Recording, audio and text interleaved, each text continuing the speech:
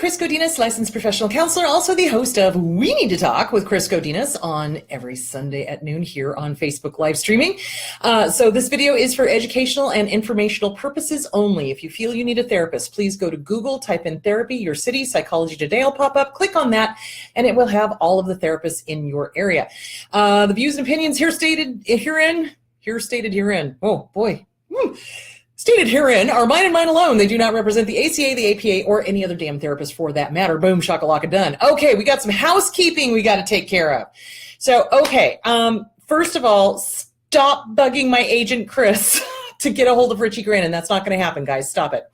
So, hey, speaking of which, Chris is now on, and he can make sure that I'm saying all the right things. So, the things I want to make sure to let you know is if you have towns, cities, bookstores that you want me to appear at, Chris has set us up a new email for me at his agency, and I believe, Chris, double check me on this one.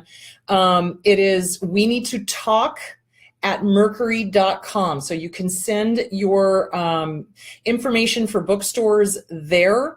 And so it's we need to talk at mercury.com. So that is where you can send your information for bookstores that you've contacted, or if bookstore owners or managers would like to contact me to get there it is.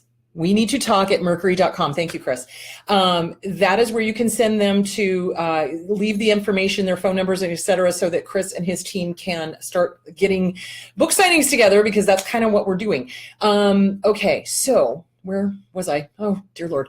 Okay, so there was that. So that is where I want you to send any bookstore owners, anybody who wants me to do a lecture, et cetera. Chris also is putting up surveys on We Need to Talk with Chris Godinez about what cities you guys are interested in. If we can get 100 people in each city, that would be really helpful. But basically, we want to know how many people in each city are interested in coming. And so he's going to put up surveys. He's also going to be doing a survey on what topics you guys would like me to speak about. Now, I know abuse is the main topic, but there's a plethora of things that I can talk about, because I'm not just an abuse counselor. I basically do everything. So we've got about 5 topics that we were seeing what your guys' interest is in that. Also, he has got up on Eventbrite, the initial Eventbrite event page for Boise, Idaho. We are getting a hold of the independent bookstores there. Those are going to be set up pretty soon. We're also going to be doing a lecture, it looks like, at St. Luke's Hospital. So he's got the Eventbrite page. So go to Eventbrite Boise and then Eventbrite Oahu. I think that's right. Chris, let me know if that was wrong, but I'm pretty sure that's what we talked about. Okay. Any other housekeeping? Oh, okay. The most important one. So if these videos are helping you, or if you know somebody who is in the middle of abuse, share them. For the love of God and all that is holy, share them. Go back and share my old ones. Share this one. Share the new ones. Share the old ones. Share, share, share, share, share. Why? Because we need to educate as many people as possible. And here is the brilliant, fantastic news. The ACA is finally getting it. That means if the ACA is finally getting it, it's going to trickle down to the new counselors, and that's what we want. We want as many eyes on this as possible. So share, share, share. If you're seeing a counselor, encourage them to watch these videos. Some counselors are really arrogant, and they're like, I'm not going to watch anybody's video, blah, blah, blah. Well, you know what? Education is, you stop learning, you die. Basically. And I hope to God I never get such a big ego that I'm like, oh, I know it all. Well, because I fucking don't, and I'm never going to. And I like learning. So you want to make sure that your counselors are open and willing to listen. And if they don't fucking listen to me, they can fucking listen to Psychology Today. There is a ton of new articles on cognitive dissonance, which is what our topic is today, and why it's so damn dangerous. But it's great because these articles are all like 2017, 2018, and I'm like, finally, Finally, they're getting it. Finally, they're listening. Finally. And why is that? Because we have been speaking up and out, and don't you ever stop. Don't ever stop talking about abuse. Don't ever stop talking about how the counselors need to be trained in this. So share, please share, please share, please share. You've got to educate as many people as you can. Get your counselors to watch this. Get your family to watch this. Get your friends to watch this. You can tell your abusers to go fuck themselves, but don't give it to them. But give it to everybody else, because everybody else needs to know. Whew. Wow, I think that was it. Okay, let me just make sure I got everything, because you guys were saying hi and I can't go backwards now. What the hell? I don't like this computer sometimes.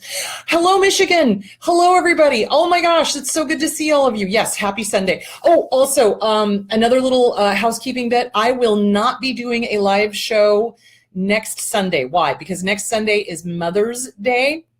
So I know a lot of people will be busy with their kids and things like that. However, I will be hanging out with Lauren Archibald, and I have a sneaking suspicion that she and I, while we are out on our girls' weekend out, will probably do a quick little hidey-ho probably sometime Saturday and just, take a few questions and things like that. It's going to be on the fly, so just to let you know. But no official show next Sunday, because I'm taking it off because we're getting massages. So there that is.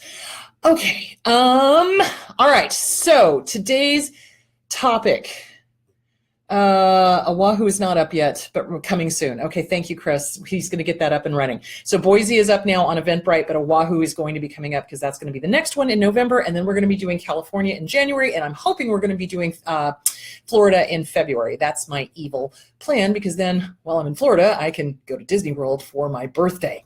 Yes. Okay, there's that. Okay, let me make sure there's no questions. Oh, I'm on fire every day, honey. It's just, I get very passionate about this. So make sure you share all this stuff. Okay. So today's topic is cognitive dissonance denial. Why is that so dangerous to survivors of abuse? Why? Okay, so such a huge topic. So basically what happens is we get into an abusive relationship, the love bombing, the mirroring, you like pizza, I like pizza. You like to ice skate, I like to ice skate. The Hans and Princess Anna thing from Frozen. Then the devalue and discard starts, and then the mind fuck starts happening. Okay, so this is what's happening. It's called cognitive dissonance. It's a fancy term for basically incoming information is conflicting with what you want to believe or what you know to be true. So the gaslighting, that's another way to create cognitive dissonance, is when the sun is yellow, they will tell you it is purple. And you're sitting there going, but wait, but it's yellow, but it's yellow, but I don't understand. That's cognitive dissonance, okay? It gets worse over time because the abuser has lied. And then friends and family come to you and go, what the fuck are you doing? Can you not see what this person has done?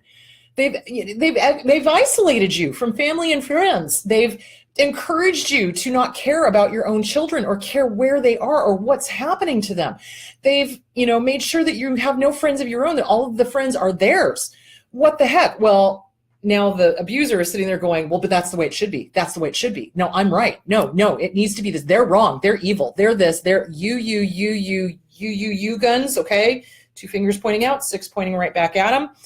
So that then creates cognitive dissonance in the abuse target, because we so desperately want to believe that this person who is the stand-in for the original abuse, either mommy or daddy or a caregiver of some sort, we so desperately want to believe that they have our best interest at heart, and they fucking don't.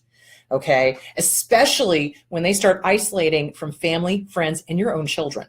That is a huge, ginormous, oh my God, what the fuck, red flag. Okay, so that's the cognitive dissonance. It's this weirdness, and then we go into this really painful, horrific denial, and we start minimizing, and we start justifying, and we start excuse making. So how do I explain this? So when information comes in that your abuser is abusive, what happens in our target brain is we go, no, no, no, no, no, that can't be true. That can't be true. No, it's not true. No, no, they love me. No, no, that's not, they didn't mean it. They didn't mean to hurt me. They didn't mean to isolate. They didn't, no.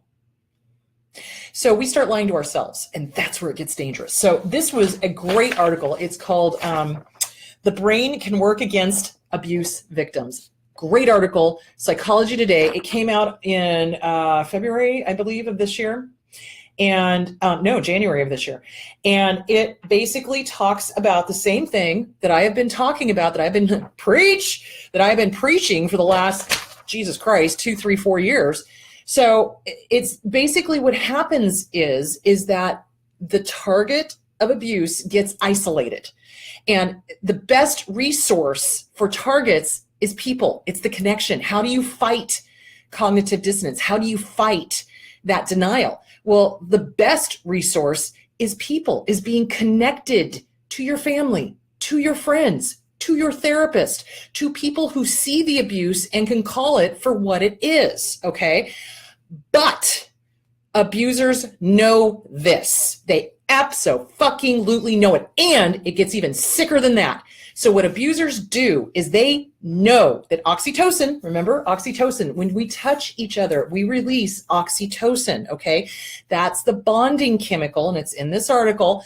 That's the bonding chemical we have for when we connect with people. So because abusers know this intrinsically, instinctually, animalistically, because they're fucking predators, they start making the target of abuse, and it talks about this in this article, and I'm just like, justified, there we go. It starts talking about how they start making the target of abuse feel guilty for hugging their friends, holding hands with their siblings, touching other people, even pats on the back, because the abuser knows that that oxytocin is hugely important. If that doesn't scare the fuck out of everybody, it should.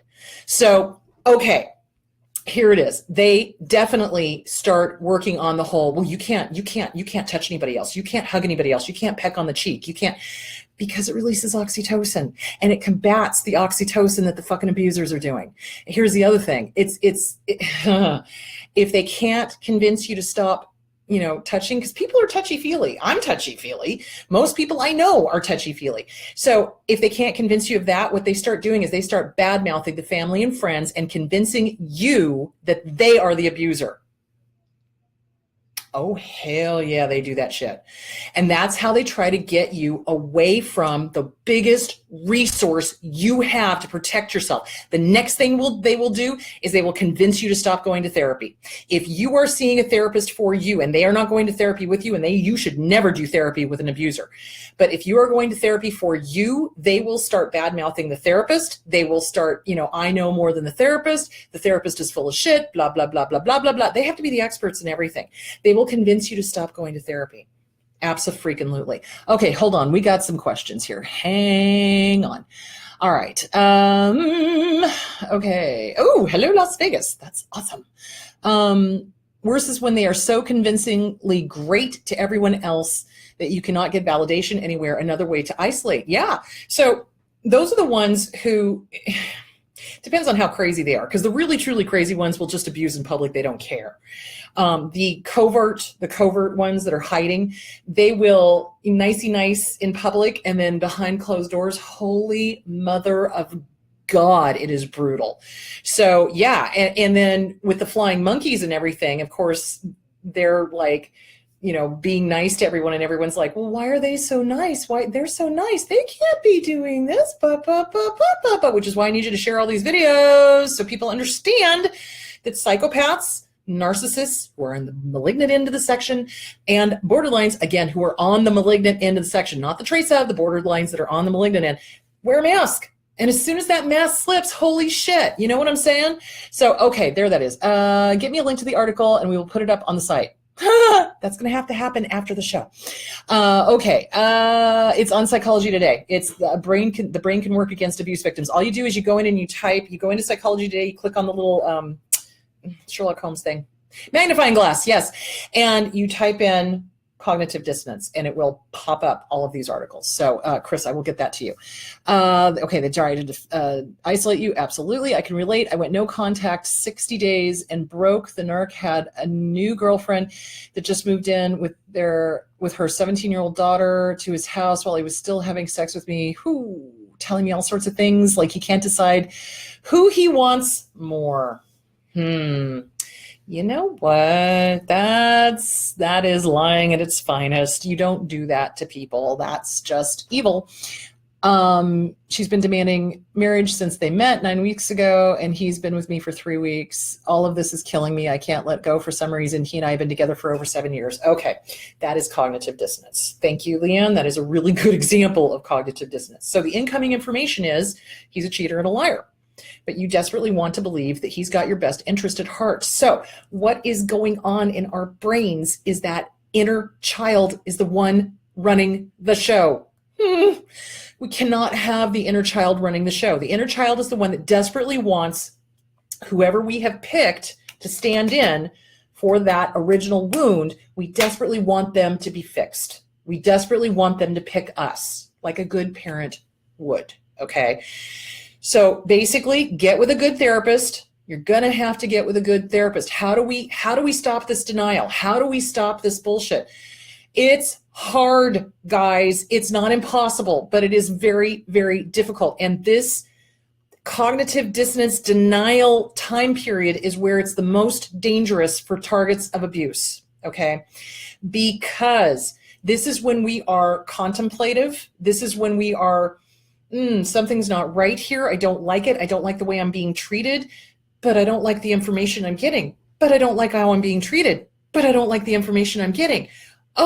And then we freeze, we do analysis paralysis, and we go, and our brain kind of goes, and we stop thinking, and we go right back into the abuse because we don't want to have to deal with the idea that this person does not have our best interest at heart, and that they are harming us, and that they want us basically dead. Okay. So, okay. Back up. So much information. So what is going on is something called magic thinking. So another article on Psychology Today. I fucking love Psychology Today. Can I tell you how much I love psychology? I love Psychology Today. So another article on Psychology Today is magic thinking is not a rare pathology. It's not. It's not. In the past, people thought magic thinking was very rare. It's not. It is so common. Little kids do it. Magic thinking is where we pull a blanket up over our heads and we go, if the monster can't see me, wait, how does that work? If I can't see the monster can't see me. And that's not reality. The reality is the monster sees you. Okay. But magic thinking is no, denial. No, they can't see me. If I can't see them, they can't see me. If I say that they're a good person and they love me, then they're a good person and they love me. How old do I sound when I'm doing that? Hello. So it's the inner child. That's what children do. That's what kids do. That's magic thinking. You know, if I say it, then it's true. That's magic thinking. So let me give you a great example. So I cannot tell you the number of times I have had targets of abuse sit on my couch, and one week they will be telling me this horrific story of abuse, like physical, mental, emotional, financial, sexual, et cetera, et cetera, et cetera. And then the very next week they'll come in and sit on my couch and go, oh no, it's okay. He or she is being good again, and it's all good. And I don't want to talk about it because it's going good right now. Knock wood. What? Hello. What's going on here? And they will twist themselves into pretzels trying to convince me that what they said the previous week was not true. So basically what I have to do is I have to do reality therapy on them. And I have to say things like a healthy, normal relationship doesn't cycle. It doesn't have the roller coaster. It doesn't have the intermittent positive rewards. It's more like this, good, bad, kind of, on an even keel. But you always work things through. It doesn't cycle. It doesn't spike and then drop, spike and then drop. It doesn't do that. And you don't need to knock on wood for a healthy relationship because the healthy relationship is there. Healthy relationships are not superstitious. You don't have to be like, I don't want to talk about it because I'm so afraid if I say how good he's doing, then he's going to do bad again or she's going to do bad again. What? What? I'm sorry, what? So yeah, that's when I have to be like, okay, stop. How old are you right now? How old are you right now? And oftentimes what I get is, I don't know. Baby doll, it is your inner child running the show. Your inner child is the one that's doing the picking. Your inner child is the one that's keeping you stuck in the abusive relationship because you're trying to fix this original wound from the original caregiver. You've had a stand-in come in. Remember how I said it's just a shit show? All you're doing is compounding, as opposed to actually fixing. You're gonna have to stop letting this person be the stand-in for the original wound. And you need to get rid of this person because they're toxic. And you're never going to get healthy as long as they are in your life. You're never going to be successful. You're never going to be healthy. You're never going to have a good relationship with your family or friends or anyone else. And you're constantly going to be losing jobs. You're constantly going to be getting fired. You're constantly going to be late for work. You're constantly going to be having problems because the abuser doesn't want you to do anything that takes you away from them. Period. That includes family, friends, their own children, the target's children, or a job. They don't care. They want you 24/7. And of course, our little kid goes, oh, but that's great because they want me around and they love me and that's not what a healthy parent does. Do you want to know what a healthy parent does? Here's the tools. Great. Good job. Love you. Keep going. Self-esteem. Great. You've got all the tools. You don't need me, kid. But if you need me, I got your back. I'm right back here. I'm a phone call away. That's what a healthy parent does. Gives you the tools and sends you out the door, but lets you know, hey, shit goes sideways. I got your back. It's all good. Not enabling, but definitely giving the kid the tools they need to be successful in life. What an abuser does to their target is they take away as many tools as they possibly can from that target of abuse so that they are dependent upon the abuser. Damn, that should scare the fucking shit out of most y'all. Anyway, there that is. Okay, so, all right, getting back to what I was talking about. So denial is deadly. Denial is deadly. It keeps us stuck. It keeps us absolutely stuck. Reversing. We're in reverse. We're going backwards. We're going to hit a tree. Holy shit. It keeps us stuck because we're not looking at what is. We're doing what I wish. That's magic thinking. So what you've got to look at is what is, not I wish, but what is. And what is your abuser has isolated you from family and friends. Your abuser has convinced you that it's okay to not have contact with your kids. Your abuser has convinced you that your family and friends are the problem, not them. Your abuser has convinced you that it's not okay to hug people. Your abuser has convinced you that it's not okay to kiss people on the cheek. Your abuser has convinced you that it's not okay to hold hands. Your abuser has convinced you that you need them.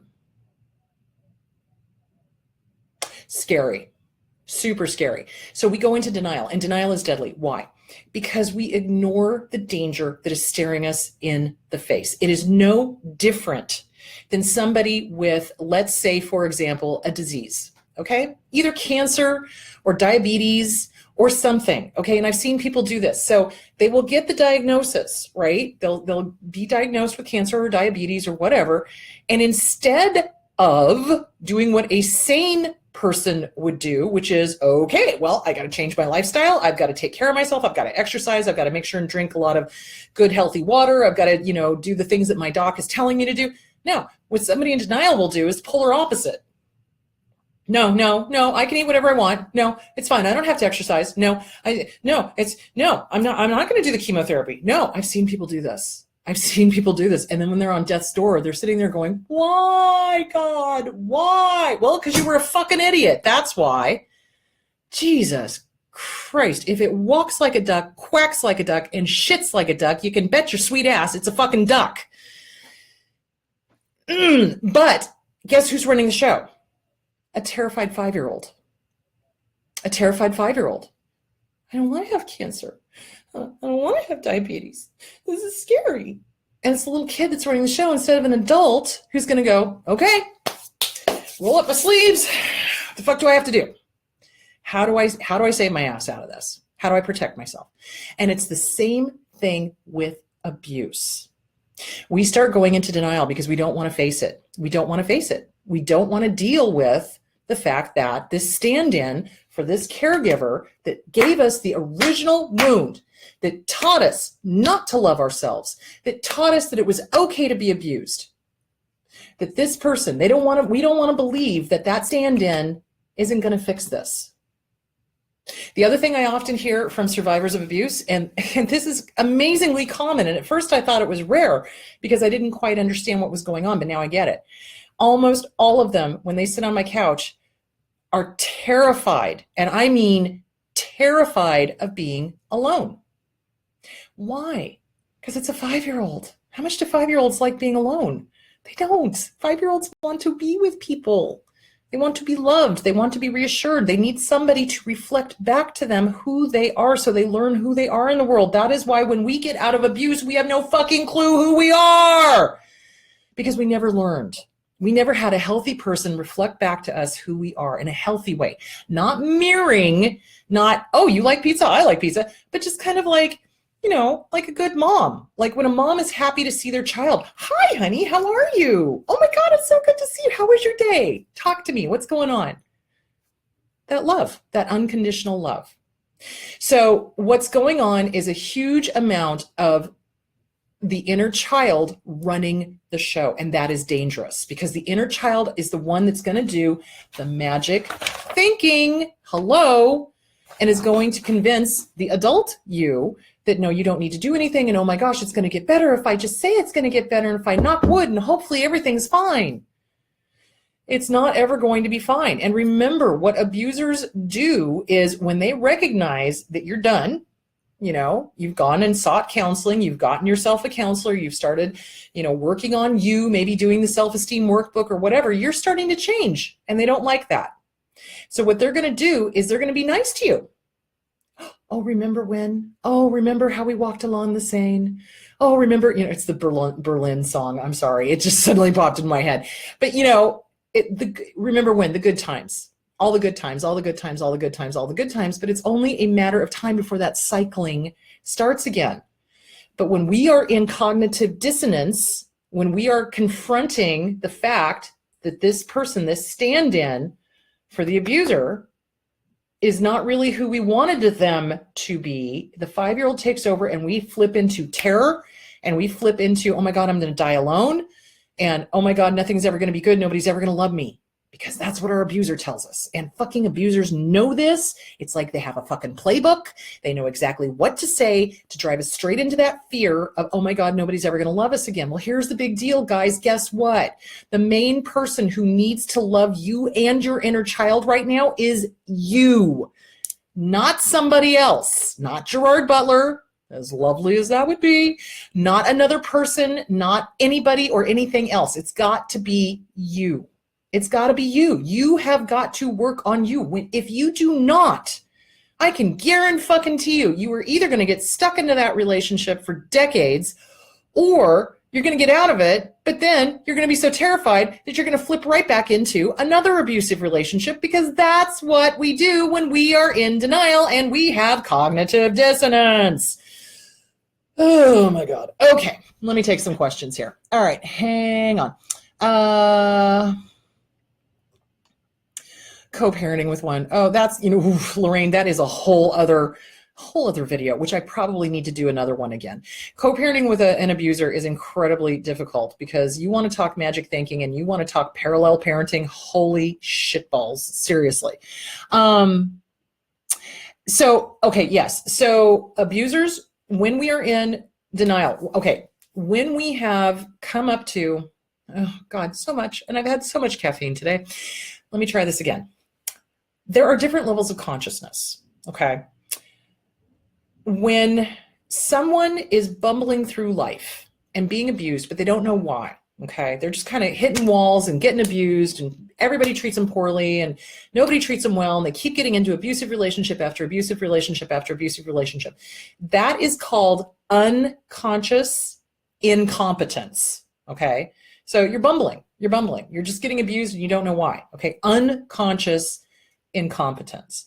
Then you start working on yourself, or you recognize this is not healthy. This is not normal. This is not what I want, right? Then we come up to conscious incompetence. And this is a really dicey time for targets of abuse because it's uncomfortable, because this is when the cognitive dissonance is happening, because now we're coming up to awareness about the issue. We don't like it, but we also don't like being alone. And we also don't like confronting that this person that we've used as our imago for our original wound, that this isn't going to work. And we don't like it. And it's uncomfortable. So we often want to go regressing back into unconscious incompetence, which is where the denial comes in. Denial, flipping back into that. Once you have gotten past the conscious incompetence, then you come up to conscious competence. This is about the time that you start leaving, that you're done being abused. Are you done being abused? That is the question I ask all the time, because I cannot help you unless you are done being abused. If you're not done, I can't help you. So conscious competence. Now you're recognizing, oh shit, I see the hoovering. Oh shit, I hear the denial in my head. Oh, wow, the fog when the cognitive dissonance happens. What am I talking about? Fear, false evidence appearing real, which is I'll die alone, nobody will ever love me, etc., etc., etc. I can't be alone. I can't be alone. I can't? Guess what? You can. And we come into this world alone and we fucking go out of it alone.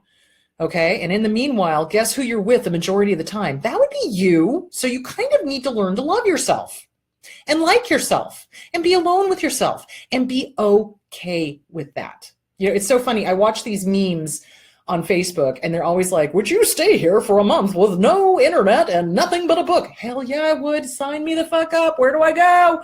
So you've got to learn to be okay with you. You've got to learn to love you 100%. And you've got to learn to work on this original wound and the lies that this original wound gave you in the first place that told you you were not worthy. That's what's going on. Okay, so conscious competence. Then eventually you reach mastery, unconscious competence. In other words, a narcissist comes sailing into your space, you recognize it for the piece of shit that it is, and you sidestep. No second guessing. No even questioning. It's like, yep, I know a piece of shit when I see one. Bye-bye, bye-bye. And not even second guessing yourself. So those are the levels of consciousness. And when we are in denial, we're down at the bottom here, guys. We're bouncing between unconscious incompetence and conscious incompetence. And it's uncomfortable. And we don't like it. And so there's a part of us that wants to go back to unconsciousness, which is not good. You want to keep moving up and forward. So, all right. Okay, let's see where I am. And why doesn't this thing ever let me go backwards? I don't understand. Oh, maybe it's because I'm using the wrong one. No, neither one of them are letting me go backwards. Okay. Hopefully soon to be ex-husband has turned our oldest, who is 16, and away at school against me, saying I'm tearing the family apart since I initiated the divorce. My younger two have seen him for who he is since he was emotionally, verbally, and physically abusive. They want nothing to do with him. How do I attempt to get my relationship back with my son, who also witnessed the horrors but repressed them? And also, is it okay that I allow my younger kids to not have anything to do with him? Okay, counseling. Just get him into counseling with you. Get in with a good, damn good therapist that understands parental alienation, that understands domestic violence, that understands high conflict divorce, et cetera, et cetera, et cetera. If the younger kids do not want to have, wait, are you saying not having anything to do with the other parent or having to do with the kid? I'm not sure which one you're talking about. If the parent is abusive and you can document that, then you protect the kids as best you can. Best to speak to an attorney to see what your rights are. And also, what is the custody agreement? I don't know. I'm not an attorney. I cannot tell you. So you want to be very careful of that because you don't want to be the one that's being accused of parental alienation. Slightly off topic, but I felt like I had to answer that. Okay. Let's see. So the cognitive dissonance, how long does it last? It lasts a long goddamn time. It does, because we don't have the self-esteem to have the certainty that we need. So in a healthy person, people who are healthy, who've got a good sense of self, who know who they are, who understand who they are in this world, okay? And when bullshit is coming in and can recognize it and get rid of it, okay? We have certainty. We have certainty. I very rarely sit there and go, oh gosh, I don't know. Is that the right thing? I don't know. That level of self-doubt. I very rarely ever hit that. Do I question occasionally? You bet. Because if I'm not, then that's a scary thing too, because that means I'm thinking I know everything and I don't. So, but you don't ever hit that level of such heavy self-doubt that you question you. You know what I'm saying? Like intrinsically who you are. But what abusers do is they rip the tools away from us and make us question our every thought, our every move, what we're wearing, how we do our hair, what the makeup we use, the perfume that we wear, they do that as a way to undermine, and to get us to question. The cognitive dissonance lasts a very long time. It lessens as we leave the toxic environment and as we boot out all of the other toxic people in our life. So when we get rid of the flying monkeys, when we get rid of the toxic friends, when we don't hang out with people who undermine us, that level of cognitive dissonance starts going away, because now we're recognizing it. Now we know it. Now we see it, and we know it's not ours, and we don't have to deal with it. So, like, for example, I get trolls all the time. They do. Trolls happen. And they say some pretty horrible things. Sometimes I see it, sometimes I don't. Depends on my intern. So, and if I sat there and took everything personally, oh my God, I would never do a public thing ever again. I don't take things personally, and I've learned that over the years. Now, my dad was very, very abusive. He was verbally and physically and emotionally and mentally and sexually and religiously and everything else you can think of, very, very abusive. So it took me years to get to the point where I was like, yeah, nope, I know who I am. Yep, nope, not going to put up with that. Yep, working on my self-esteem. Nope, not going to deal with that crap. So it takes practice, guys. It takes practice. It's not a one and done, and it takes a long time to undo all of that damage. But here's the good news. Since that damage was learned behavior, it can be undone. It can be unlearned, and it can be replaced with healthy self-esteem. It can be replaced with healthy working on the inner child with the Inner Child Workbook by Catherine Taylor. Excellent book. Get it. Do it.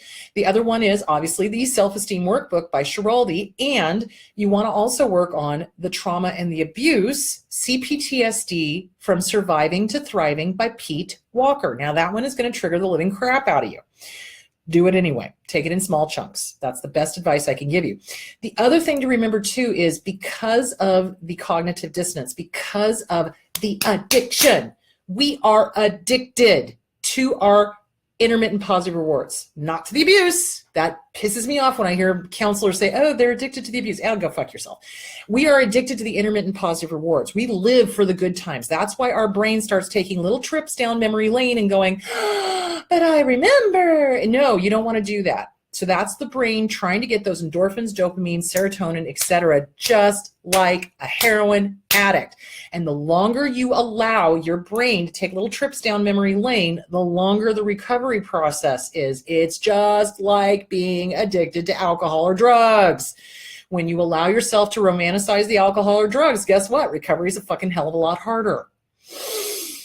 Same thing. Same exact thing. Same exact issue going on. Okay, so...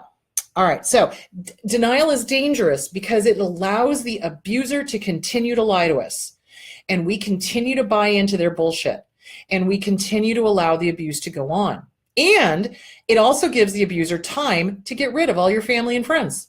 And now you have no one. Now there's no oxytocin coming in from good people to keep you grounded, to help you remember who the fuck you really are. That is why when we leave an abusive relationship, I can't tell you the number of times people, when they really have left, like they've gone through their, 7 times of leaving and all of this, and they're, the cognitive dissonance, and oh, they didn't mean to hurt me, and oh, knock wood, and all of that. When they finally get it, and they're like, yeah, done. Okay, great. I don't know who the fuck I am. So when we come out of the cognitive dissonance, that is the time to start remembering who you are. That is the time to start working on the inner child. That is the time to start remembering, what did you like to do before the abuser came along? What did you like to do before this bullshit happened? Let's fix this bullshit. How about we deal with this original wound? How about we get rid of this and figure out who the fuck you really are? Because it's not what your abuser here told you, and it sure as fuck isn't what your abuser over here told you. Does that make sense? So that's what needs to happen. Okay, hold on, more questions. It helps me to remember they are the evil twin. They are not the grooming nice behavior that they use to hoover their targets back into the toxic friendship or relationship. Yeah, absolutely. And it's funny because we will sit there and when I hear people tell me about their abuser, they actually talk about them, male or female, as if there were two people. Well, there's the nice her, and then there's the mean her, and then there's the nice him, and then there's the mean her. Yeah, hello, guys, that's not normal. Healthy, normal relationships are not extremes, okay? Dysfunctional relationships are extremes. And when the oxytocin is out of balance, it becomes dysregulated. And in this article, this one, the brain can work against abuse victims, it talks about how it becomes dysregulated and why. So I think it's hugely important. Go get this article, read it. It's on Psychology Today. It's an awesome article. It really is. Okay, we got some more questions coming in. What do you do when the target of abuse, someone who is being abused, will not believe you that you are not the bad guy? I tell him that he can visit his boys and his abuser, twists it so that I'm trying to control or manipulate him. There's really not much you can do, because here's the thing, and I think I've talked about this before. It is heartbreaking. Oh, well, I might as well do a shameless plug since I'm thinking about it. I talk about it in my book. You can lead a horse to water, but you can't make him cha-cha, available on Amazon. So I talk about that in here. So here's the thing. There's something called information backlash. All right. And when abusers have had a chance to brainwash the target of abuse, they will convince the target of abuse that the actually good friend, good family member, good parent, etc., or good child is actually the problem. Why? Because those people are the ones that are sitting there going, dude or dudette, what the fuck are you doing? This person's abusive. And the abuser doesn't want to be called out. Their worst fear is that somebody's going to figure them the fuck out. And as soon as somebody does, boy, howdy, they move heaven and earth to get that person out of that person's life, because they do not want to be exposed for the piece of shit abuser that they really are. So there is that. What can you do? Well, not much, because unfortunately, until the target of abuse realizes, comes out of incompetence, unconscious incompetence, and comes up to conscious incompetence, they're not going to get it. They're not going to get it. They're not. I mean, we can literally sit there and go, hello, wake up, wake up, wake up, for the love of God and all that's holy, wake up. It's up to them, just like an addict, just like an addict. And it's heartbreaking for the family and the friends who are being maligned, who are being lied about, who are being excommunicated, who are being, told that they're the abuser and they're this, you, even though there's been no communication with the abuser for a year or more. It's heartbreaking. There's really not much you can do. It really is up to the target of abuse to figure it the fuck out. And that's where it's so dangerous with the denial, because once the family and the friends are out of the picture, there is nobody there to give them that good oxytocin. There's nobody there to touch them, to love them, to hug them, to call them George, to remind them of who the fuck they really are. And it's not who the abuser has told them they are. So there's really not much you can do, and it's information backlash, and that is part of cognitive dissonance. So when new information comes in, the brain can't cope with it. And if you're dealing with a fractured sense of self, instead of a healthy brain will take in new information and go, oh, okay, I thought this information was right, but apparently it's not, because here are all these new studies showing that it's not, right? And you take it in and you learn and you grow. An unhealthy brain does not have the plasticity to do that, okay? The ego is running the show, and the sense of self is fractured, and to take in new information and admit you were wrong is too much for the ego to take, and they reject it. You're wrong. I'm right. You're wrong. I'm right. You're wrong. That's an ego talking. Guess how old that ego is? 5. That's what 5-year-olds do. Hang on just a second. Okay, more stuff going in. Why do we go in denial? We go into denial to protect our ego. We go into denial to protect our ego. So it's that 5-year-old running the show. 5-year-olds don't want to be wrong. 5-year-olds don't want to be afraid. 5-year-olds want to be safe and loved and protected, and everything's fine, and the monster's not going to get me because I say so. So we go into denial in order to, in a maladaptive attempt to keep the ego safe. And what they don't understand is all they're doing is giving more ammunition to the abuser to continue to abuse and continue to harm, which then causes the 5-year-old to come out more and more and more and more in an ill-gotten attempt to stay safe. And it's the 5-year-old that's making all of these decisions about family, about friends, about their own children, about everything. So yeah, can you come out of that? Yeah, but it's going to take having to come up into conscious incompetence. It's going to have to take being uncomfortable. It's going to have to take taking a look at the ego, working on the inner child, and recognizing, hey, I don't want my 5-year-old making decisions for me. I don't want my inner 5-year-old to be my picker for who I get involved with romantically or sexually or with a friendship or with a job.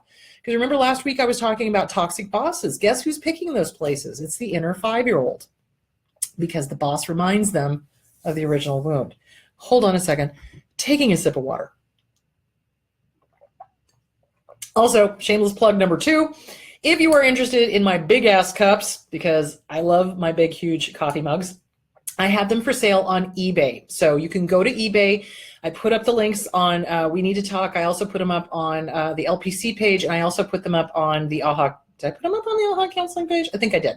And if I didn't, they're on We Need to Talk page and the LPC page. So they are for sale on eBay if you are interested, under the We Need to Talk 20-ounce coffee mug. We need to talk with Chris Godinez 20-ounce coffee mug. Okay, so there is that. All right, so it's the ego. It's the ego. And the way we get out of the denial is, and this is going to be tough because nobody wants to do this when they're in the middle of the unconscious incompetence and the conscious incompetence. Keep going to your counselor. Keep going to your counselor. Now, here's what I tell people when they start doing the whole denial thing sitting in front of me. Well, they didn't mean to. Well, you know, it's not that bad, minimalizing. Okay. So what I teach them is, okay, can you hear what you're saying as compared to what you told me last week? Can you see the incongruency here? So I have to point out the incongruency. And basically, I do a bit of slap therapy, honestly, verbal slap therapy. It's like, what are you doing? Wake up. Wake up.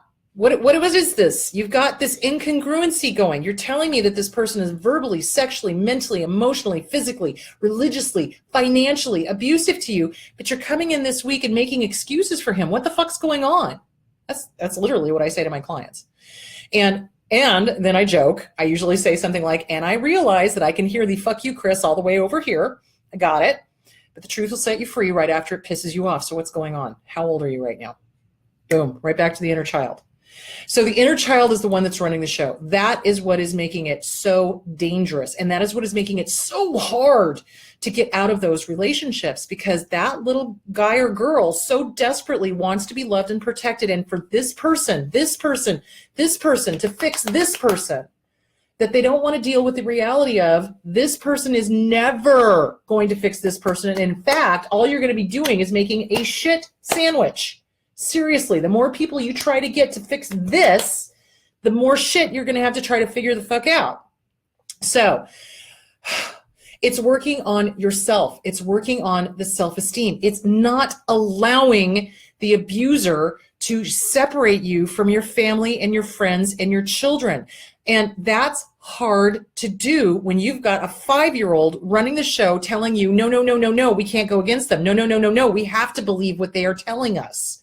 That's the cognitive dissonance. And that's why it's important to have a third party, a counselor who gets it, to help you through this time period. This is the time period when most people stop therapy. Seriously.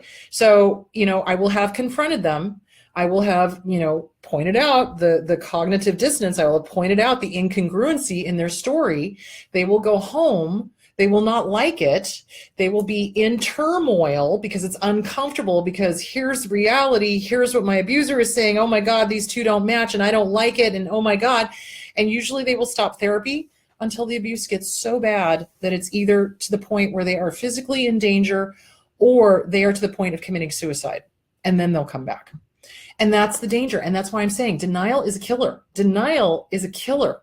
And it convinces us to not take meds when we've got a disease like cancer or diabetes, or it convinces us to not seek help when we are being abused. Because I can't tell you the number of times that abuse targets, especially ones that are newer to recovery. Okay, I'm not talking about the guys that have been doing this for a while. I'm talking about the ones that are coming out of an abusive relationship. They will sit on my couch while they're justifying what's going on and going, oh, but she never hit me. Oh, but she never, did this to me. It was only verbal. I'm sorry. Verbal is way more damaging than the physical abuse. Bruises healed, but the shit they implant in our head, Jesus Christ almighty, it takes years to get rid of all of it. And it takes dedication, and it takes working on it on a daily fucking basis. Okay. So when somebody comes in and says that verbal abuse isn't really abuse, I immediately disabuse them of that and let them know verbal abuse is abuse. Absolutely. And it's worse than physical abuse. Absolutely. And this is what we need to work on. And no, you cannot allow your abuser to continue to tell you you're stupid. No, you cannot allow your abuser to continue to make you pay for everything. No, you cannot continue to allow your abuser to get rid of your family, your friends, your children. What are you doing? For what? So that this person loves you? That's not love. That's not love. Love is when somebody allows you to be you. Love is when somebody encourages you and says, yes, you can do this. Yes, you're amazing. Yes, let's go do this trip. Yes, I want you to go take this job. Yes, I support you and I love you and I believe in you and I like your family. Or even if I don't like your family, I'm not going to stop you from seeing them. Do you see where I'm going with that? But abusers, they stop you from seeing your family. They stop you from seeing your friends because they don't want to be found out, and they telegraph it. They point blank telegraph it. Oh, well, if the best friend doesn't like me, this isn't going to work. Well, guess what? That's probably happened to them before. Okay. And what was the one I heard the other day? It was, okay. So, person totally in denial. And, I'm sitting there talking to them and I finally looked at them and I said, what does your family and friends think of this person? And I could watch the fog roll in. I could watch the fear, false evidence appearing real. Oh my God, I'm going to die alone. The obligation. Oh shit, I'm about to say something bad about the abuser and I can't because the abuser won't let me.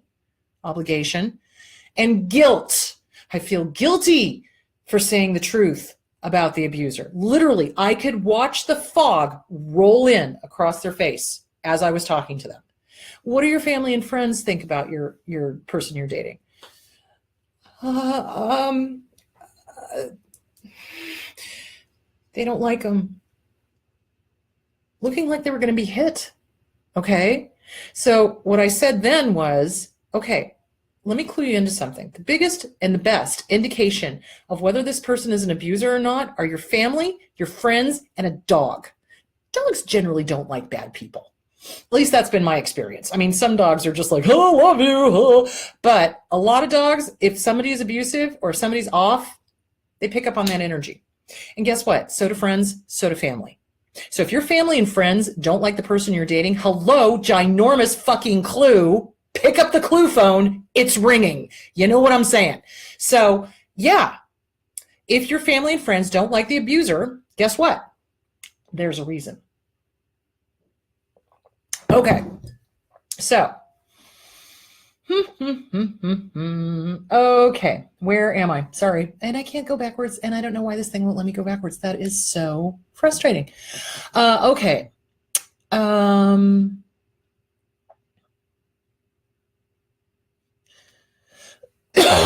Excuse me.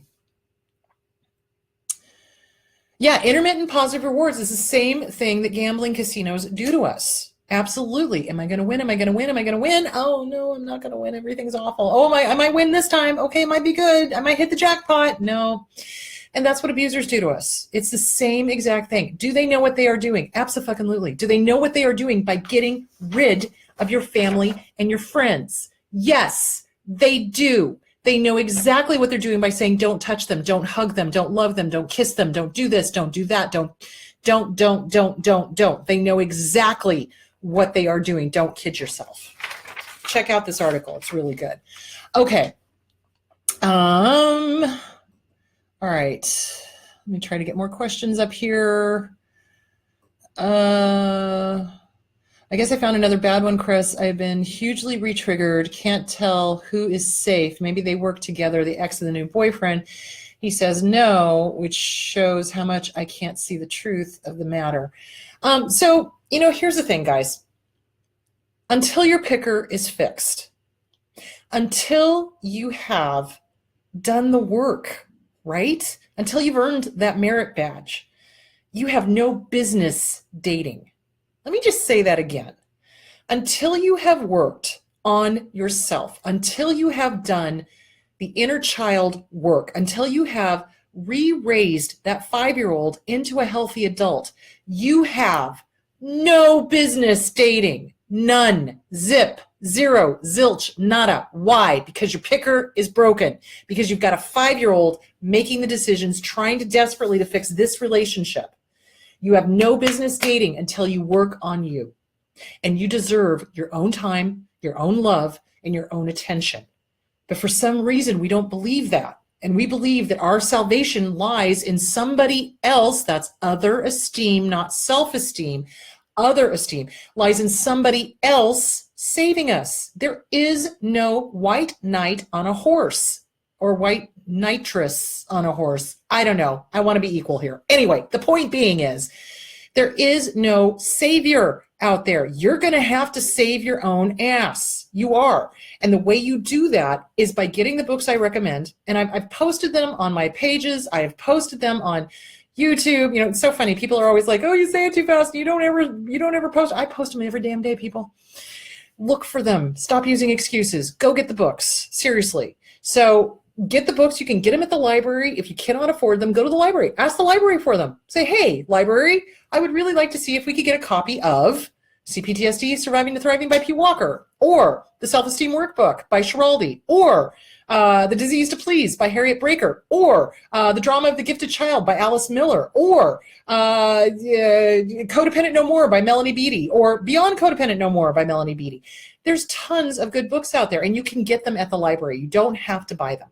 I like buying because I like to feel books and I like to smell them. And of course, books were great until Doctor Who made them very scary for me, but it's a thing. So, all right. So getting back on track here. Sorry. I just, David Tennant.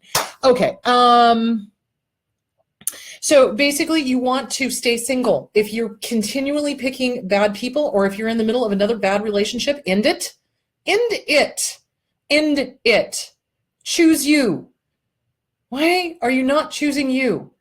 How about you choose you? You know how in all the romantic things, like what was the show I was watching yesterday? It was Lucifer. Okay. I love Tom Ellis. He's just sexy. Anyway, in that show, he kept saying, I want Chloe to choose me. Well, here's a clue. How about you choose yourself? How about you take care of you? How about you choose you? Instead of choosing somebody else outside of you, how about you choose you? How about you choose that 5-year-old that didn't get chosen? How about that? How about you pay attention to you? How about you work on your own self-esteem? How about you work on your inner child and love them into a healthy adulthood so that the picker is fixed, so that you don't ever have to go through this again? How about you work on the list of deal breakers so that you know what to look for, so that you don't just blindly walk into another relationship going, gosh, I really hope this one's not psychotic this time. How about you choose you?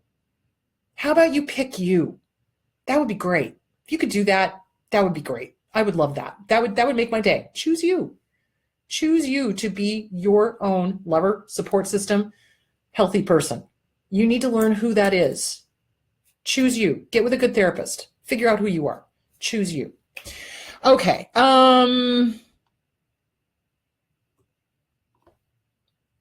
Okay, he keeps telling me that I'm throwing in the towel, and how could I give up? He says he's in limbo. Well, you know what? He's not your problem. You are. Again, choose you. So they will use excuses, especially when we're in that cognitive dissonance. And we have fallen in love with ourselves, guys. When they mirrored us, when they love bombed us, they showed us who we were. And that's why we loved it. Because we were like, oh my God, they like everything I like. Oh my God, they're like a male or female version of me. Oh my God. But that wasn't reality. That was a mirror. Okay. And they play on that love that we had for the mirror, and they hope to make us feel guilty. So again, it's the fog. It's the fog rolling in. Like I said, you can see it rolling in. Fear, false evidence appearing real, obligation, guilt. Get rid of it. Anytime you feel fear, obligation, and guilt, that is a huge indication that you're being manipulated. Ginormous indication that you're being manipulated. Pay attention to that. Who is giving you the fog? Who is causing the fog to roll in? Literally, it's like, I used to live in Northern California, okay? Born and raised up in Northern California, Chico, Gridley, Durham area. We used to go to San Francisco all the time, and you could watch the fog roll in. It was beautiful, creepy, but beautiful. It's the same thing that happens with targets of abuse. When I start confronting, bringing reality into their magic thinking, you can watch the fog cross over their face, and they turn into 5-year-olds, 2-year-olds, 10-year-olds, 9-year-olds, however old they were when the harm happened. Choose you. Get with a good therapist. Work on the inner child workbook. That is the best advice I can give you. We should make them available here on Facebook too, Chris. Make what here available on Facebook too? Whew, missed that one. Hey, Chris, call me. Because I don't know what you're talking about. Okay. We'll talk. Can you suggest a book about how to stop the fear of being alone and can't drive alone? Okay, so fears and phobias. Okay, let's talk about that for a little bit, because this does have to do with cognitive dissonance. All right. When we're dealing with the inner child, little kids don't know how to deal with death. They don't know how to deal with fear. They don't know how to deal with anxiety because they're not cognitively developed enough to do so. So when we get thrown back into that, we literally get thrown back into almost that cognitive stage. So it is like regressing, absolutely. So what is the fear of being alone? You've got to identify it. What is the worst thing that can happen? Let's do a disaster report. What is the worst thing that can happen? So you're alone. So what? What is the worst thing that can happen? And then you challenge whatever the disaster report is. Okay, that's one way to do it. The other thing you could do is you could get the anxiety workbook, and that's a great place to start working on tools for you to work through your anxiety so that you can drive alone. What is the fear? What is preventing you from driving alone? What is the thought? And remember, it's just a thought. Okay, so the amygdala, remember, left side, right side, here's your brain. The amygdala is stupid, 3 O's, stupid. It cannot tell the difference between a real threat, a thought about a real threat, a daydreaming about a threat, an emotional threat, a thought about an emotional threat, or geez, in the past, this happened to me, okay? The amygdala feels like it's happening right here, right now, okay? So when we have a thought, that's enough to trigger the amygdala to light up like a Christmas tree, tell the hippocampus and hypothalamus, oh my God, we're dying. That tells the brain to release cortisol. Cortisol is our stress hormone. We start tensing up, and then we're not breathing, no CO2 oxygen exchange. And then that tells another part of our brain, oh my God, we really are dying. There is not enough oxygen, CO2. Tells the adrenal gland that sits on top of the kidneys to release everything at once. Now we're sitting there shaking like a leaf, racing thoughts, no breath coming in, little puffy little breaths, and we either keel over and have a panic attack, or we go into a rage attack, or we just sit there in anxiety. So the best thing to do is breathe, and the other thing to do is to write it out. Where did you learn this? Anxiety is learned, guys. We don't pop out of the womb being anxious. It's learned. So we got to figure out who taught us to be afraid. Who taught us to be afraid? Why did they teach us to be afraid? What was the agenda? And it's usually to control. So when a parent keeps a child in a high level of anxiety and a high level of fear, it's a way to control them because they're terrified to do anything. So there is that. So get the anxiety workbook. I think that would be really good. Okay. Fear. So thought. So danger is real. Absolutely. grizzly bear coming at you in the woods, that would be bad. But a thought about a grizzly bear coming at you in the woods is just that. It's a thought. So we need to start helping the amygdala differentiate between a thought and a real, honest to God possibility. So instead of what if, which is what our internal dialogue will start doing, I need you to start doing what is right here, right now. No, not in the future. No, not in the past. No, not that I'm thinking about it.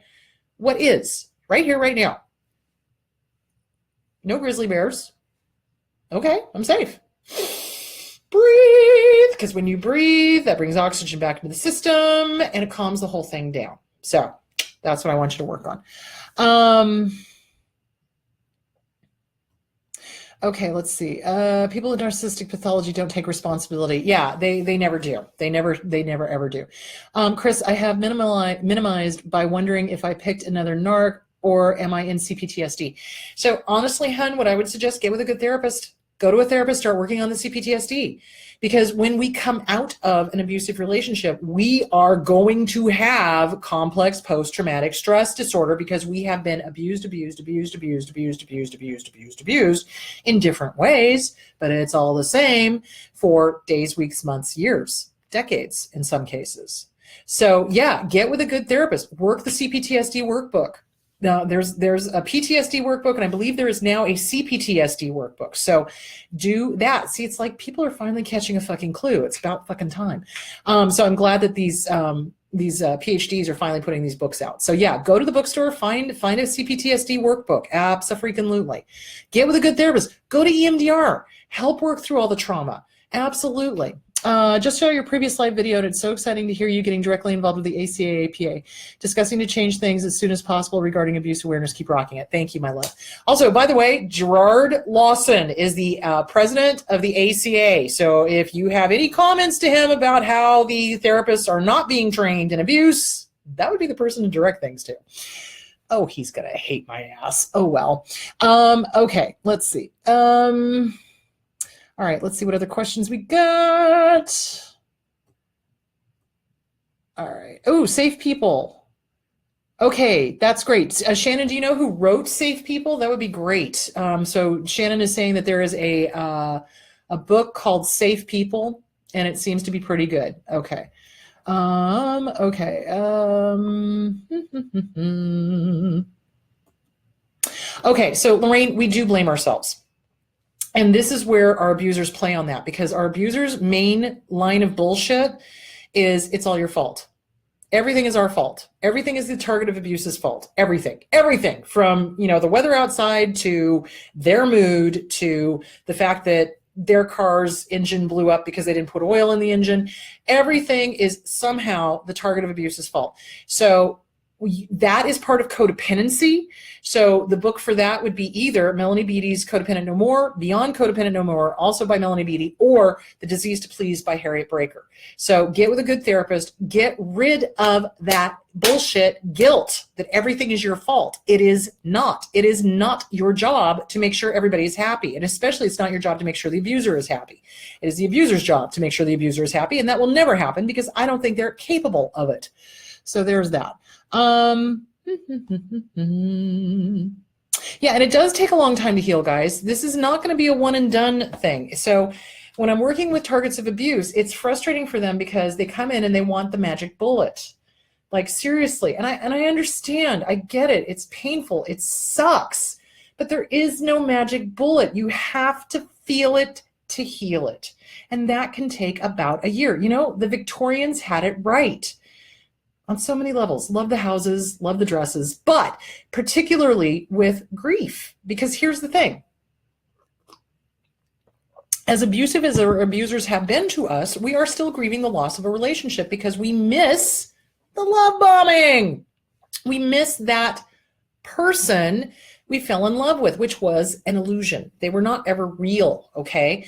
But we miss it and we grieve it and we grieve the loss. And it takes about a year going through all of the, the year dates of all the stuff, when we first met them and, anniversary and when they did this with us and when we went there with them and blah, blah, blah, blah, blah, blah, blah, for about a year and a day. That's how long it takes to grieve. The Victorians had it right. They were wrong about a lot of things, but they had this one right.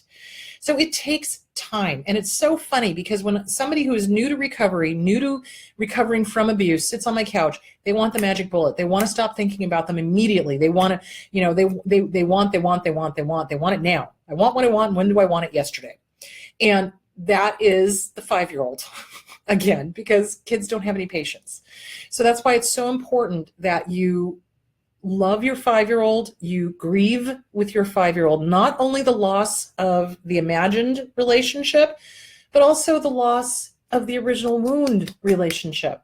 It is devastating when we realize that our caregiver, whoever that is, mom, dad, grandparents, whoever it was that gave us the original wound, didn't really love us, didn't really care about us, didn't really have our best interests at heart. It is devastating and it is frightening because kids rely on the mom and dad or whoever the caregiver is to feel safe. And when we recognize we were never safe, that's a very unsafe feeling. I know, obvious, but it's true. And that's why it takes a year of grieving and of working with your inner child and growing your inner child up safely to a healthy adult whose picker is fixed and does not pick abusive people anymore. So it takes time. So patience is a virtue, and I used to hate that saying. My mom would say that to me all the time. I'm like, fuck you, I have no patience. But spoken like a true addict. But patience really is important in recovery. Now, I'm not saying that 3 years from now, you're still going to be tearing your hair out and going through all of this. And if you are, then for the love of God, get with a therapist and work through that stuff that's keeping you stuck, who's keeping you regressing. Because remember, like Lauren says, you're either moving forward or moving back. And if you're stuck, it means you're moving back. So let's not stay stuck. So it's really important to keep moving forward. Okay. Someone can get a trauma coach. They're life coaches and they specialize in trauma. So you can look for a trauma coach that specializes in trauma. You can look for a life coach that specializes in addiction. You can look for a life coach that specializes in abuse.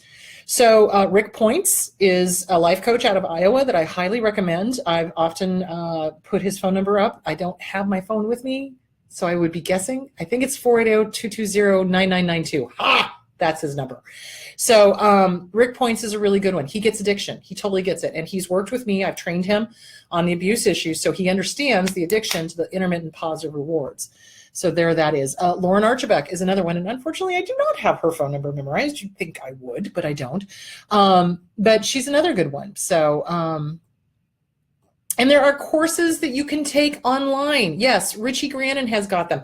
Melanie Tanya Evans has got them. Kim Saeed has got them. Araby, I believe, has got them. Who else? Shannon Thomas has got them.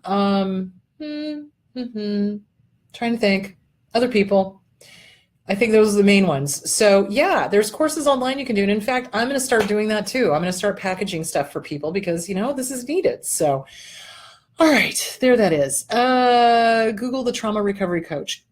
Good. Okay, I realized how bad it was after the relationship I had.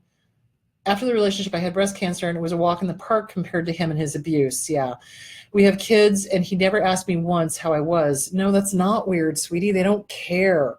They don't have the compassion cog that normal, healthy people have. They don't ask about other people. They don't ask how your day was. They don't ask, how are you doing? What are you feeling? What's happening? They don't care because it's not about them. That's why they ruin birthdays, holidays, and anything important. So, okay. All right. Okay, trying to blast through and see if I got all of these questions. All right. Yes, cats will also pick up on it. If cats don't like them, there's something wrong too. Although cats can be kind of haughty and, although no, this is true. Because we just visited Stefan and Mike in Atlanta, and they've got the two hairless Egyptian looking cats, and oh my God, those cats were like mine to both me and John, and I was like, they love us. So yeah, cats probably can tell too. So watching someone go back into the cognitive dissonance and idealizing the abuser is painful. Oh God, yes, it is painful. Ignoring, excusing, or trying to forget All of their horribly abusive behavior is the most triggering thing for me to witness. Yeah, I totally agree. And it's painful. I recognize that this is one of my original wounds. I never truly trauma bonded with the narcissist. I bonded only with the codependent enabler. And I have spent my entire life trying to save her. Okay. All right. Codependency. So when we find ourselves trying to rescue somebody, and I'm guilty of it too. I've done it too in my life. Abso-fucking-lutely. When we find ourselves doing that, it is imperative that we work on the codependency that we have. Okay. And it is imperative that we continue to go back and fix whatever is going on in us, because we recognize it in somebody else and we're trying to fix it in them as well as ourselves. So really what it is, you work on you. You work on you. You work on you. You've got to let that person go. They have to earn their own merit badge. It's just like an addict. If the addict is not done drinking, if the addict is not done smoking, if the addict is not done shooting up, they're not going to get better. They've got to decide for themselves that they're done being abused. And when they're done being abused, then you can offer them a lifeline. But until then, you're basically wasting your breath. So work on you. Work on you. Choose you. Choose you. All right. Yes, dogs have a good sense of good people and bad people.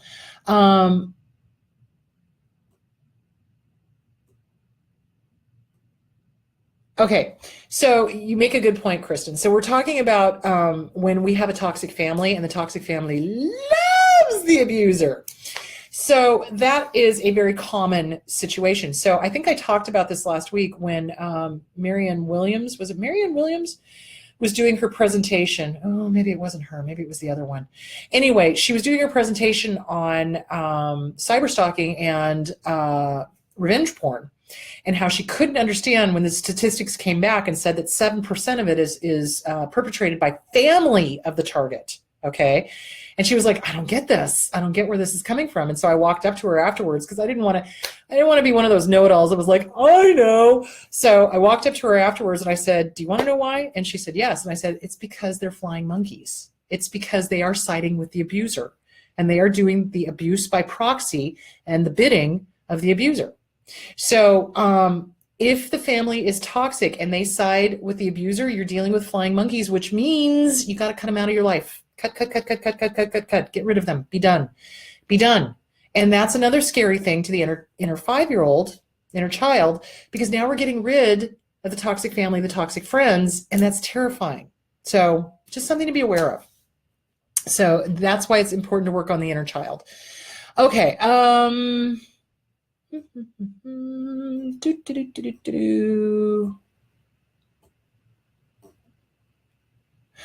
Yeah, go no contact if people are being abusive. Absolutely. Re-raising then the relationship. We didn't know this yet. Okay, so basically when we are coming out of a toxic abusive relationship and we're in another relationship and we're questioning whether it's a good, healthy relationship or not, do a pro and a con list. What are the pros of the relationship? What are the cons of the relationship? But you do this list on 2 different pieces of paper at 2 different times, and you make sure that your partner does not see it. If they're abusive, they'll use it against you. If the con list is longer, you're in an abusive relationship, get the fuck out, get with a therapist. Okay. All right. All right.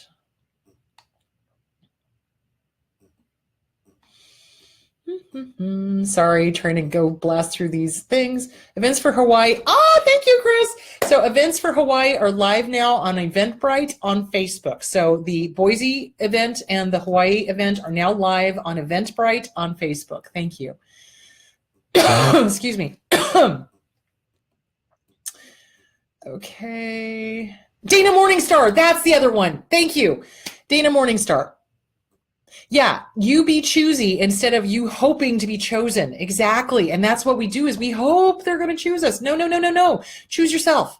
You be choosy. You choose yourself. Absolutely. You are worthy of it.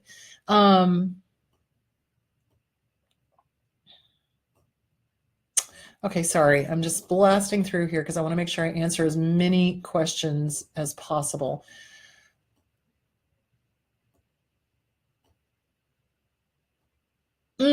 Okay. All right. So one of the ways, we've got Mother's Day coming up, so I might as well start talking about this a little bit. One of the ways that toxic parents really mess with our head is that they minimalize. They minimalize. The abuser minimalizes. That's where we learn it from, guys, because the abuser will minimalize what they've done to us. And it's either a toxic parent, toxic caregiver, a romantic toxic relationship, or a toxic friendship, or a toxic boss. And what they'll do is they'll minimalize. And they'll say, oh, it wasn't that bad. Oh, every family does this. Oh, everyone goes through this, et cetera, et cetera, et cetera. With Mother's Day coming up, not every mother is a great mom. They're not. And if you don't feel the desire or need to be around them, then don't. Don't. You owe them nothing. If you were not related to them, would you have anything to do with them? If the answer is no, act accordingly. Just because it's Mother's Day does not mean you have to break no contact. And that's how they gaslight us. Oh, but I gave birth to you. Oh, but I did this for you. Oh, I did that, blah, blah, blah, blah, blah. But they were abusive the entire time. If that is the case, gray rock, be gone, have something else going on. You do not have to be around them. It is not your job to make them feel good about being an abusive parent. Not your job. So Mother's Day is a landmine. I hate days like Mother's Day and Father's Day. I really do, because not every dad was great. Not every mom was great. And so if you feel like sending a card, great. If you have to call, do gray rock. But honestly, if you were not related to these people, would you have anything to do with them? If the answer is no, act accordingly and do not feel guilty, because fog, rolling in, fear, obligation, and guilt. If you're feeling obligated to call, ooh, you're being manipulated. If you're feeling guilty about not calling, ooh, you're being manipulated. Because in a healthy, normal relationship with a healthy, normal parent, you don't feel that. It's like you like being around them. It's a pleasurable experience. It's good. Okay? Just like with a healthy friend or a healthy romantic partner. There's no fear, obligation, and guilt. If you're feeling fear, obligation, and guilt, you're with an abuser. Period. Okay. Let's see. Thank you. These are actually blue, I think. But yeah. I love my nails too. Thank you. Okay.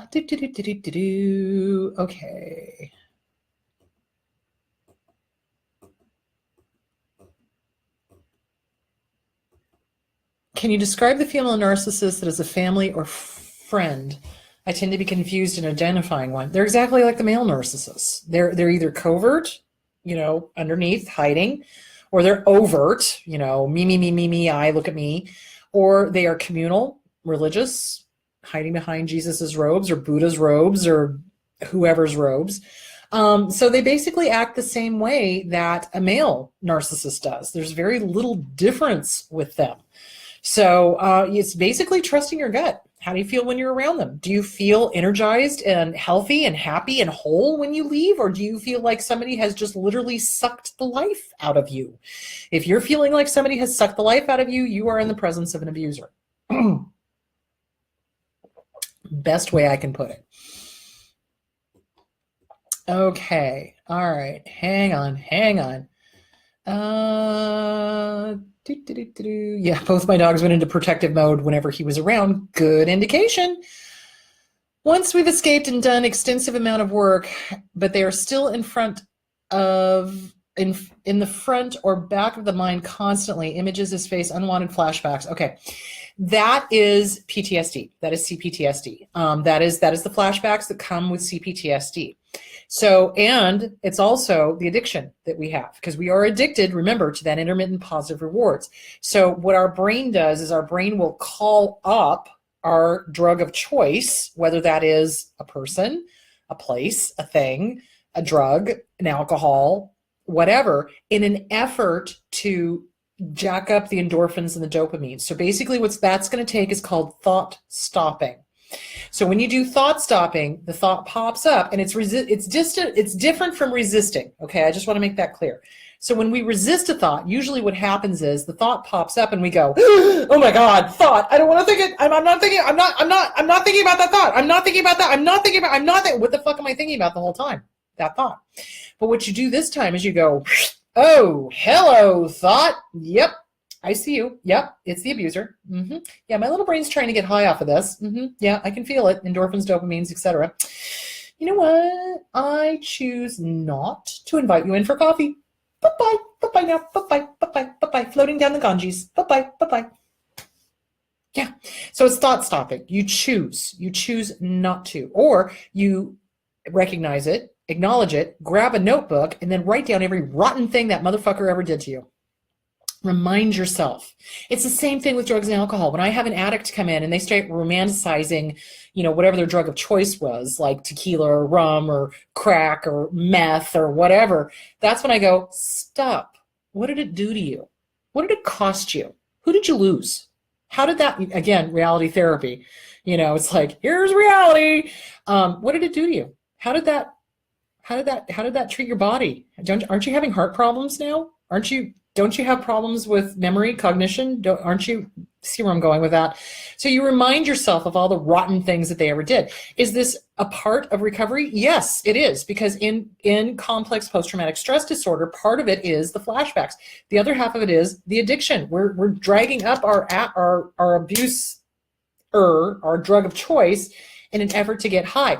Heroin addicts will often pass out before they've even injected because of the thought of getting high. And that's what we're doing. We are dragging up that drug for us to get high. So thought stopping, that's what you got to do.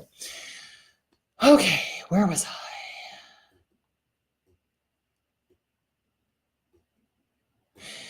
Okay, in Australia, they have a national grief line support. I don't think we have that here in America. We are very weird about grieving. So there is a crisis line for suicide, but there's also a warm line in Maricopa County, at least. And I'm pretty sure other counties have got warm lines. And you'll be connected to a peer support, meaning somebody who's not a mental health therapist, but somebody you could talk to. So sometimes those are good. Sometimes they're not. Sometimes you get people who really should not be on there. So just be aware. So just be careful. Alrighty then. Yeah, toxic families will love the abuser and they will side with the abuser. So don't be surprised. If your family is toxic, expect them, when you leave, to side with the abuser. Abso-freaking-lutely.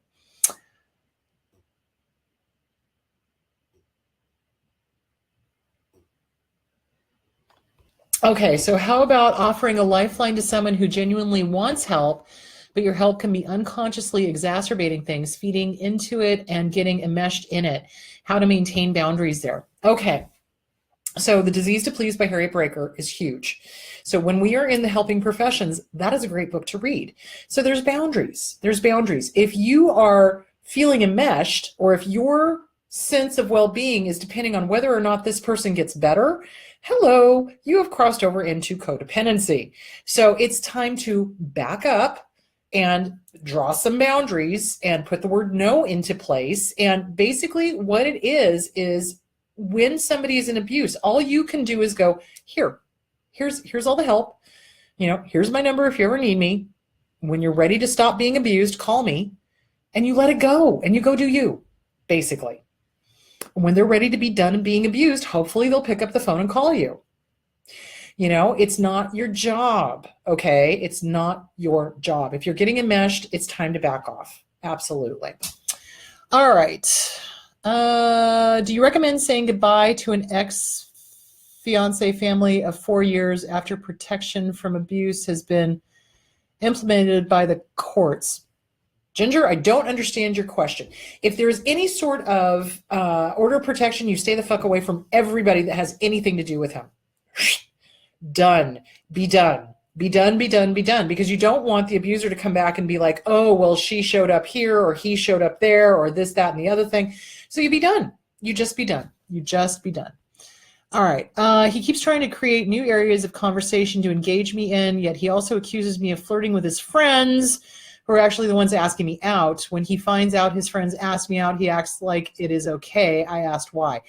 Be done. There's no logic to this, guys. Abusers don't use logic. They use emotion.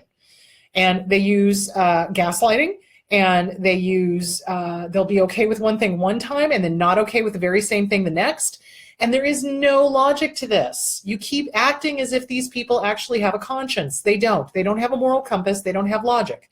The only thing that they're logical about is their abuse and what they say and how they say it. okay? Because it's the same playbook no matter where in the world it is. So are you done being abused is the question. Why are you allowing this person to continue to be in your life? To fuck? Really, that's the question you got to ask yourself. Are you worthy of having a healthy relationship? And if the answer to that is yes, then get rid of the abuser. Get rid of the person that is causing you drama. Get rid of the person that's causing you upset. There that is. Oh, but I gave birth to you. That is the one that parents use. Yeah, get rid of it. Doesn't matter. It doesn't matter. Before you finish, please recommend how to start building a support network when you've just got out of the fog and leaving the abuser. I'm taking those who have no friend, no family. I'm talking those who have no friend, no family, no one. Okay, so what you do is you work on you first and foremost, okay? And that means you start rediscovering what makes you happy. What were the hobbies that you enjoyed before the abuser came along? What were the things you used to like to do before you got, encapsulated in this horrible abuse? What made you happy? What brought you joy? And then you go do that. Do you like staring at the stars? Great. You know what? There's a whole bunch of astronomy groups here in Arizona. Although we're starting to lose a lot of our night sky because there's so much light pollution. But there's like telescopes everywhere. If that's what makes you happy, go do that. Go join that. You can join, if you like hobbies. Let's say you like to throw pottery, okay? Then there are Parks and Recs departments in every single city, okay? Every single city has got a Parks and Recs departments. You go see what classes they have. You go start taking classes. That's one way to get out and socialize. So remember, the abuser loves to isolate us. They love it. They love to make sure that we are completely separate and completely isolated and that we're not touched and that we don't touch anybody and da-da-da-da-da-da-da-da-da-da-da. So when we get out of it and we are working on ourselves and we are trying to rediscover who we are and what we love, then you get back to doing the things that you used to love. Even if you're a little kid, okay, you used to like to color or paint or whatever. Go take a painting class. Go do a coloring class. Go do clay, go do stuff and things. You like to hike? Great, meetup groups. There are tons of meetup groups. So you can go out and you can meet people who are just as passionate about what you are passionate about. And that is where you are going to find your tribe. So for me, I like going and doing the ACA conventions because it's fun for me. And two, I like going and doing other things like taking intuitive classes. So, working on intuitiveness and trusting the gut and things like that. So I will look for things that make me excited or happy and I will go do them. I love staring at the stars. So I will go do astronomy stuff. It's things that I like to do with other people. Absolutely. And though that is scary for us as we are coming out of an abusive relationship, because now we're having to trust again. But here's the person you need to trust most over anybody else. You got to trust your gut. Trust your gut. Don't listen to this. This will lie to you. Don't listen to this. This will lie to you. This will not. Okay? Your gut will not lie to you. Start listening to your gut because every time you've gone against your gut, guess what? That's when you've gotten abused. So you've got to start getting back out there. You've got to start finding your tribe. Now, be careful because there are narcissists everywhere. Yes, absolutely. They do tend to flock to online groups. They sometimes flock to support groups. I do recommend support groups though, because it's good, just like in AA, to hear you're not alone. Okay, that's the one benefit of AA that people overlook is that the reason we stand up and go, hi, my name is Chris and I'm an alcoholic, is because we get to hear 30, 40, 50 people saying that. And you're like, oh, shit, I'm not alone. I'm not tragically unique. Oh my God, this has happened to other people. We're not alone. But are you going to find some really fucked up dysfunctional people? Yeah, you can. Absolutely. But you got to start listening to your gut and trusting when your brain or your gut says, no, stay away. This is not safe. Listen to that. Okay. Get out and do the things you love. Go back to the things that you love. Okay, that's the most important thing. And there are tons of social groups to do that. And it doesn't have to be necessarily an abuse survivor group, although that is beneficial. But it can be like a meetup group, or it can be a Parks and Recreation group, or it can be anything like that. So that's really important. Okay.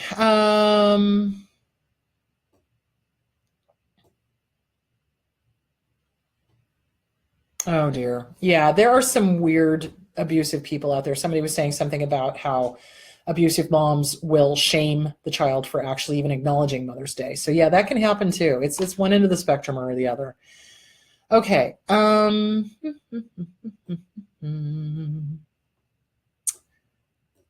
Yeah, love should never hurt. Thank you, Helen. That's perfect. Love does not hurt. Abuse does. So if somebody's hurting you, they're abusive, period. If they're screaming at you, they're abusive. If they're keeping you from doing what you love by, making sure to abuse your family and friends by proxy, that's abusive. If they are lying to you about your kids, that's abusive. If they are, keeping you up at night and screaming at you, that's abusive. Don't put up with it. You don't have to.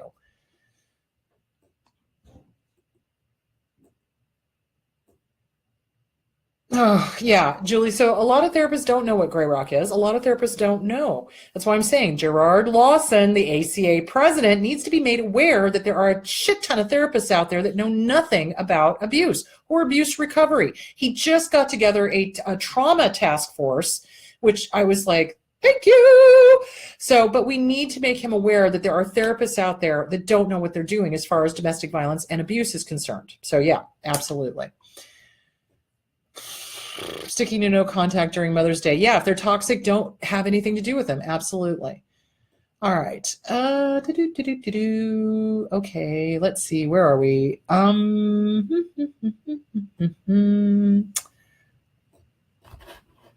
on. Okay. All right.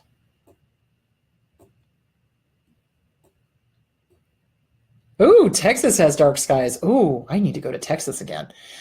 Okay, so basically what I want to impart on you guys, because I'm going to shut up here soon, is that denial is deadly. Denial kills us. Denial keeps us in these abusive relationships to the point where we don't leave unless and until it becomes either a physical threat or we are to the point where we are ready to kill ourselves to get out of the abuse. Suicide is never the answer, guys. It is a permanent solution to a temporary problem. And trust me, your fucking abuser would love nothing more than for you to die. Okay? Because that's basically their whole point. Because they hate themselves and they hate us, and we have something that they don't have and they want it too, and they can't have it. So how dare we have it? So, hey, how about you go kill yourself? That's what they're saying in their heads. So, so basically, what I want you to remember is denial is deadly. Denial kills. Denial kills. It is what is, not I wish, but what is.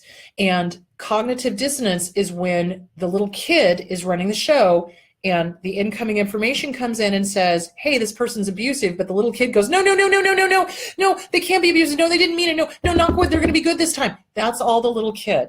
So in order to overcome the fog that rolls in when the information comes in that we don't want to hear, we have to call ourselves on our own bullshit.